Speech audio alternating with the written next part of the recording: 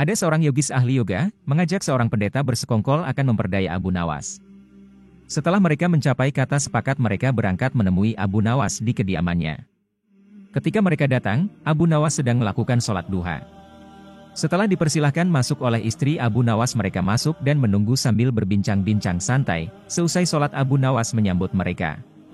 Abu Nawas dan para tamunya bercakap-cakap sejenak. Kami sebenarnya ingin mengajak engkau melakukan pengembaraan suci. Kalau engkau tidak keberatan, bergabunglah bersama kami, kata ahli yoga, dengan senang hati. Lalu kapan rencananya? Tanya Abu Nawas polos. Besok pagi, kata pendeta. Baiklah kalau begitu kita bertemu di warung teh besok. Kata Abu Nawas menyanggupi. Hari berikutnya mereka berangkat bersama. Abu Nawas mengenakan jubah seorang sufi. Ahli yoga dan pendeta memakai seragam keagamaan mereka masing-masing. Di tengah jalan mereka mulai diserang rasa lapar karena mereka memang sengaja tidak membawa bekal. Hai Abu Nawas, bagaimana kalau engkau saja yang mengumpulkan derma guna membeli makanan untuk kita bertiga? Karena kamu akan mengadakan kebaktian, kata pendeta. Tanpa banyak bicara, Abu Nawas berangkat mencari dan mengumpulkan derma dari dusun satu ke dusun lain. Setelah derma terkumpul, Abu Nawas membeli makanan yang cukup untuk 3 orang. Abu Nawas kembali ke pendeta dan ahli yoga dengan membawa makanan. Karena sudah tak sanggup menahan rasa lapar, Abu Nawas berkata kepada mereka, "Mana, segera kita bagi makanan ini sekarang juga," kata Abu Nawas. "Jangan, sekarang kami sedang berpuasa," kata ahli yoga, "tetapi aku hanya menginginkan bagianku saja, sedangkan bagian kalian terserah pada kalian," kata Abu Nawas menawarkan jalan keluar. "Aku tidak setuju. Kita harus seiring seirama dalam berbuat apapun," kata pendeta. "Betul, aku pun tidak setuju karena waktu makanku besok pagi. Besok pagi aku baru akan berbuka," kata ahli yoga. "Bukankah aku yang engkau jadikan alat pencari derma, dan derma itu sekarang telah kutukar dengan makanan ini? Sekarang kalian tidak mengizinkan aku mengambil bagian sendiri. Itu tidak masuk akal," kata Abu Nawas mulai merasa jengkel. Namun begitu pendeta dan ahli yoga tetap bersikeras tidak mengizinkan. Abu Nawas mengambil bagian haknya. Abu Nawas penasaran. Ia mencoba sekali lagi meyakinkan kawan-kawannya agar mengizinkan ia memakan bagiannya. Tetapi mereka tetap saja menolak. Abu Nawas benar-benar merasa jengkel dan marah.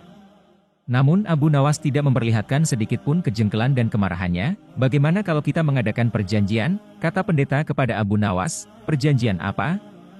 tanya Abu Nawas. "Kita adakan lomba.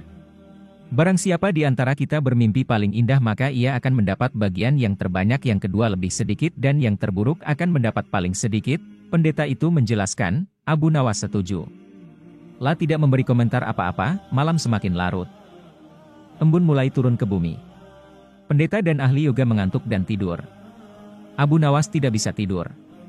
Ia hanya berpura-pura tidur. Setelah merasa yakin kawan-kawannya sudah terlelap, Abu Nawas menghampiri makanan itu. Tanpa berpikir 2 kali, Abu Nawas memakan habis makanan itu hingga tidak tersisa sedikit pun. Setelah merasa kekenyangan, Abu Nawas baru bisa tidur. Keesokan hari mereka bangun hampir bersamaan. Ahli yoga dengan wajah berseri-seri mulai bercerita. "Tadi malam aku bermimpi memasuki sebuah taman yang mirip sekali dengan nirvana.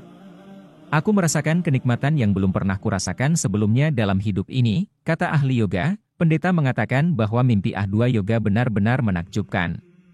Betul-betul luar biasa. Kemudian giliran pendeta menceritakan mimpinya. "Aku seolah-olah menembus ruang dan waktu. Dan ternyata memang benar. Aku secara tidak sengaja berhasil menyusup ke masa silam di mana pendiri agamaku hidup. Aku bertemu dengan beliau dan yang lebih membahagiakan adalah aku diberkatinya," kata pendeta dengan wajah berseri-seri. Ahli yoga juga memuji-muji kehebatan mimpi pendeta. Abu Nawas hanya diam. Ia bahkan tidak merasa tertarik sedikit pun. Karena Abu Nawas belum juga buka mulut. Pendeta dan ahli yoga tidak sabar untuk tidak menanyakan mimpi Abu Nawas. "Kalian tentu tahu Nabi Daud alaihissalam. Beliau adalah seorang nabi yang ahli berpuasa. Tadi malam aku bermimpi berbincang-bincang dengan beliau. Beliau menanyakan apakah aku berpuasa atau tidak. Aku katakan aku berpuasa karena aku memang tidak makan sejak dini hari. Kemudian beliau menyuruhku segera berbuka karena hari sudah malam. Tentu saja aku tidak benar-benar mengabaikan perintah beliau. Aku segera bangun dari tidur dan langsung menghabiskan makanan itu," kata Abu Nawas tanpa perasaan bersalah sedikit pun. Sambil menahan rasa lapar yang menyayat-nyayat, pendeta dan ahli yoga saling berpandangan satu sama lain. Kejengkelan Abu Nawas terobati.